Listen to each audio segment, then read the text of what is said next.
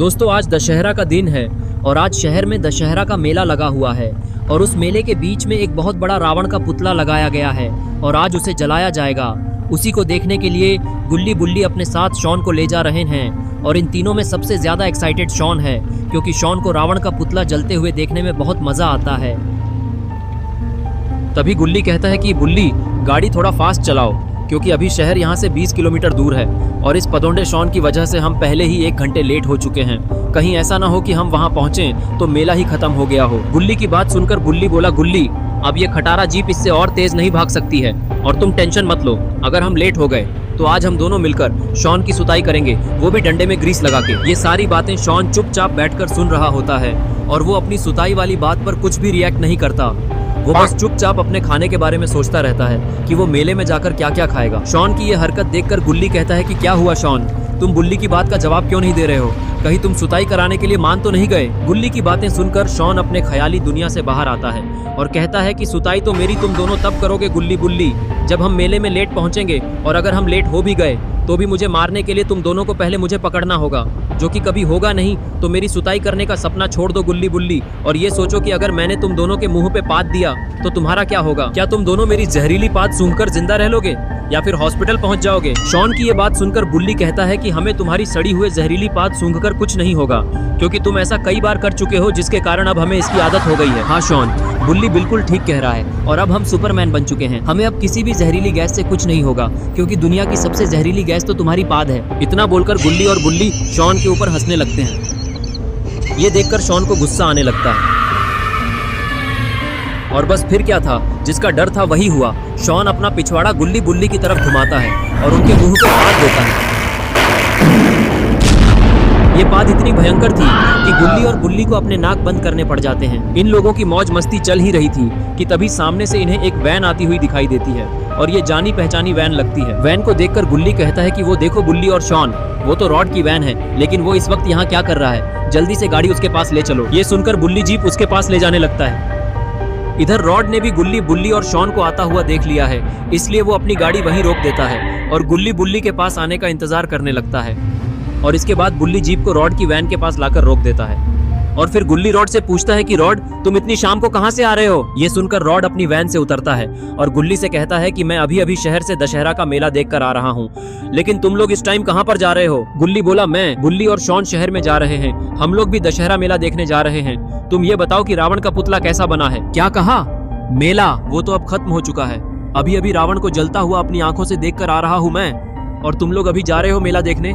अरे जब मेला है ही नहीं तो देखोगे क्या मुझे? अरे यार, इस पॉटी बॉय शॉन की वजह से इस बार का मेला नहीं देख पाए हम लोग। 1 घंटे से ये हगने गया हुआ था जिसके कारण हम लेट हो गए। रॉड अब हम क्या करें, तुम ही बताओ। रॉड कहता है कि तुम लोग उदास मत हो गुल्ली बुल्ली और शॉन, तुम लोग मेले का रावण जलते हुए नहीं देख पाए तो क्या हुआ? मैंने अपने फैक्ट्री में एक बहुत ही अच्छा रावण का पुतला बनवाया है जिसे जलाने के लिए मैं अभी वहीं जा रहा हूँ। तुम लोग भी मेरे साथ मेरे फैक्ट्री चलो, उस रावण को जलते हुए तुम लोग भी देख लेना, जिससे तुम्हारा दशहरा खराब नहीं होगा।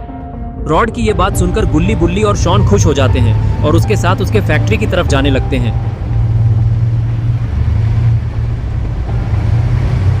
थोड़ी देर बाद सारे लोग रॉड की फैक्ट्री के पास पहुंच जाते हैं और फिर ये लोग अपनी अपनी गाड़ी फैक्ट्री के बाहर खड़ी कर देते हैं।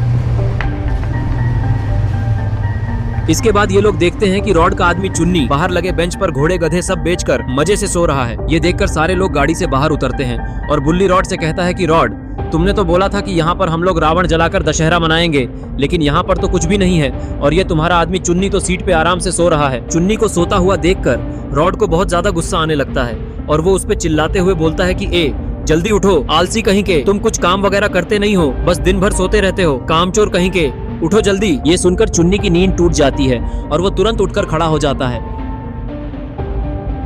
और फिर वो रॉड की तरफ मुड़ता है और उससे कहता है कि आखिर ऐसा क्या हो गया जो तुम इतना गला फाड़कर चिल्ला रहे हो?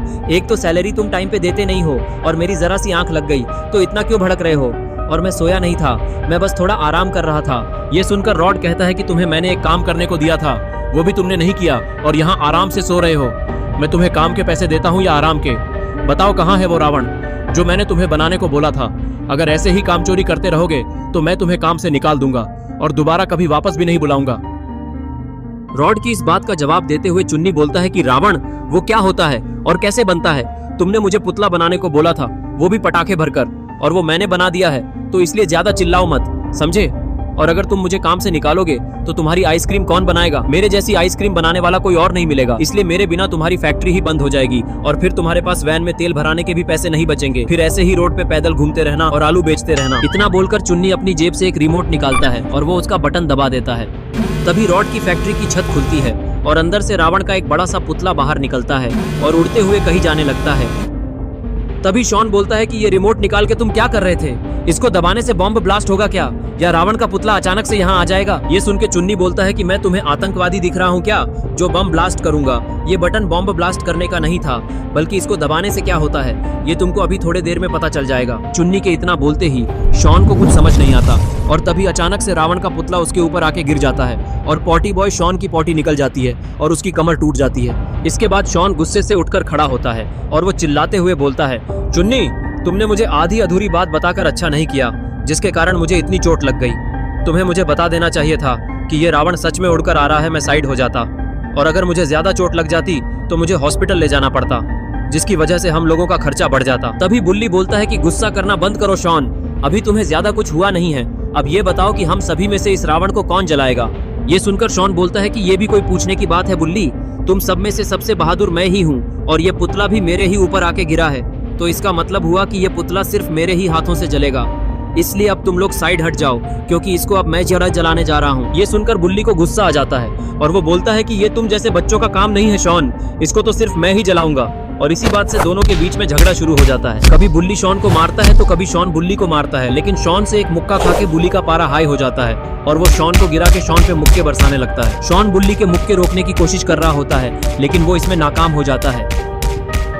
इन दोनों की लड़ाई चल ही रही होती है कि तभी गुल्ली रॉड से बोलता है कि ये दोनों तो लड़ते रहेंगे रॉड, हमें इन्हें रोकने की कोई जरूरत नहीं है। तुम ये बताओ कि तुम्हारे पास लाइटर है क्या ये पुतला जलाने के लिए? ये सुनकर रॉड कहता है कि जलाने का काम मेरा नहीं है, मेरा काम सिर्फ फ्रीज करने का है, इसलिए मेरे पास लाइटर नहीं है, जलाने का काम चुन्नी करता है। ए चुन्नी, इसको लाइटर दो जल्दी से। ये सुन के चुन्नी अपनी जेब से लाइटर निकाल के गुल्ली की तरफ फेंकता है और गुल्ली उसे कैच कर लेता है। इसके बाद गुल्ली धीरे धीरे दबे पांव बुल्ली और शॉन की नजरों से बचते हुए रावण के पुतले की तरफ जाने लगता है और पुतले के पास पहुंच के वो लाइटर को जलाता है। इसके बाद वो लाइटर को पुतले के ऊपर फेंक देता है, जिससे रावण के पुतले में आग लग जाती है और उसके अंदर के सारे पटाखे फूटने लगते हैं।